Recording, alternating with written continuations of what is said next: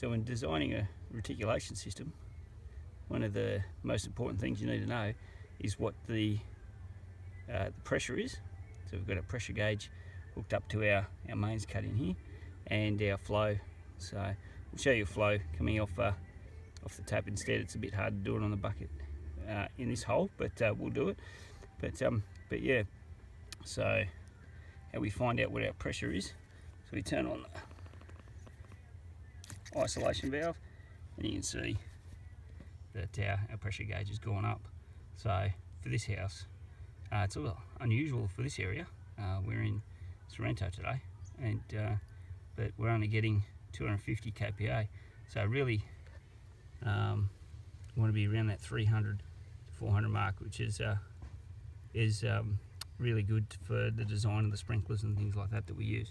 So for this design, we've compensated because we already knew what this pressure was when we did our readings on the house. But yeah, now we were hoping to get a little bit more off the mains. And we have on the house. It was 200, so we've gone up to 250. So that extra 50 kPa will actually do really well for the MPs that we're going to use. Alrighty.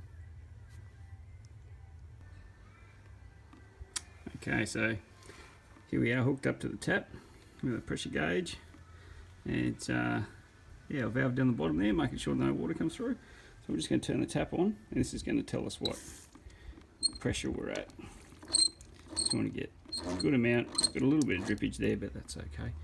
So yeah, alright, so we're looking at 260 there. So 250, 260 at the front, and we're getting the same here.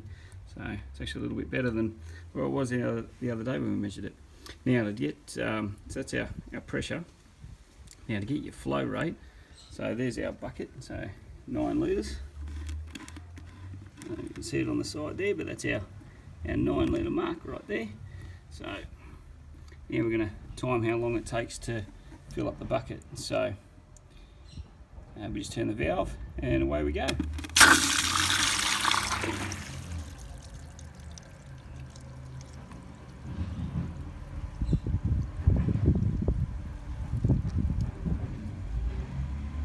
So yes, that's as it's filling up. So we know when it gets to 9, when it gets to, there's our 9 litres there. Okay, so that was 19 seconds. Just turn the water off. Easier way to do it. So there we have it. And we can do our calculations from there and let you know how much water we got. So it's roughly around about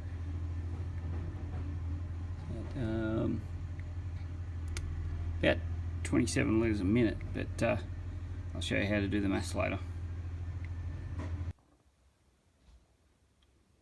Alright guys, so here's the equation for doing the water calculations that we talked about before. So, okay, so we had a 9 litre bucket.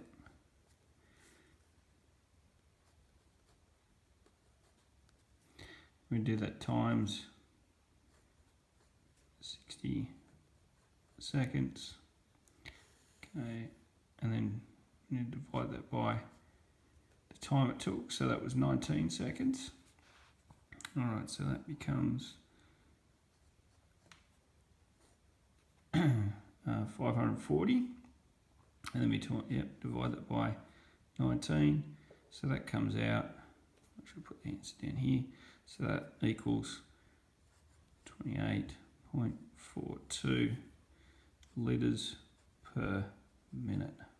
So when I was there, when I was doing those maths, then what I did was,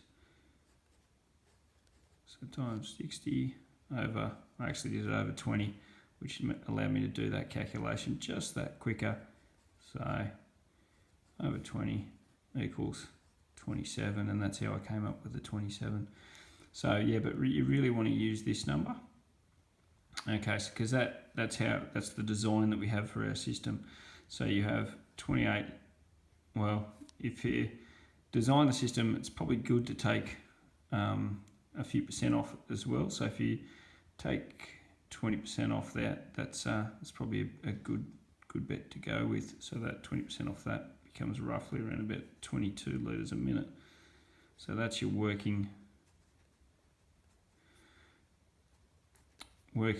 litres per minute that you have per station.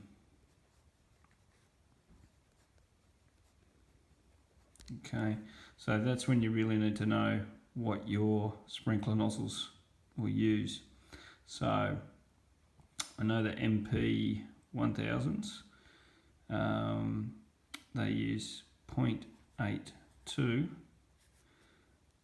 litres per minute for a quarter spray.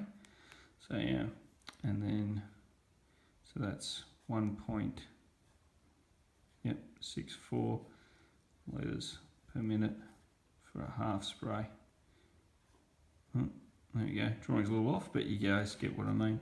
So really knowing your litres per minute and how that tells you how many nozzles or sprinklers you can put on per station. So you know what you can do to design your backyard. So obviously you have your, let's just say it's a nice little square. So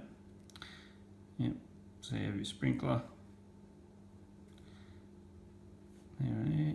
You want to locate them in the corners, because then you know your coverage that way, and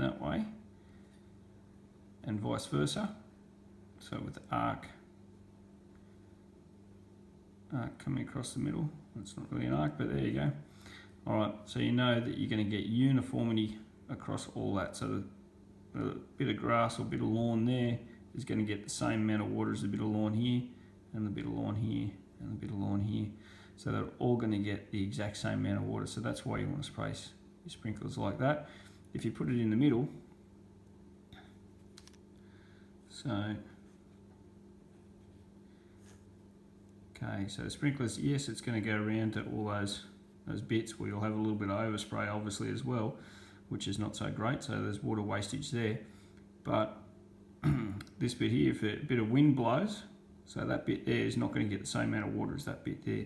So you're always going to get a little bit of dry patches around. So that's why it's really important to put your sprinklers accordingly. So we've just used a little diagram there, but that's, I think you guys get the gist. And the importance of that is how much, so you need to add up, or you need to see what your area is first, how many then nozzles you can put on one station. So, and then you design your system, so then you know how many stations you'll need and work your way back. But it all derives from this calculation here, so how much water we have. Yep, and then take off a percentage so that you know exactly what you've got to work with. So there you go, guys, that's the equation. And that's why we do the pressure testing and the water flow test.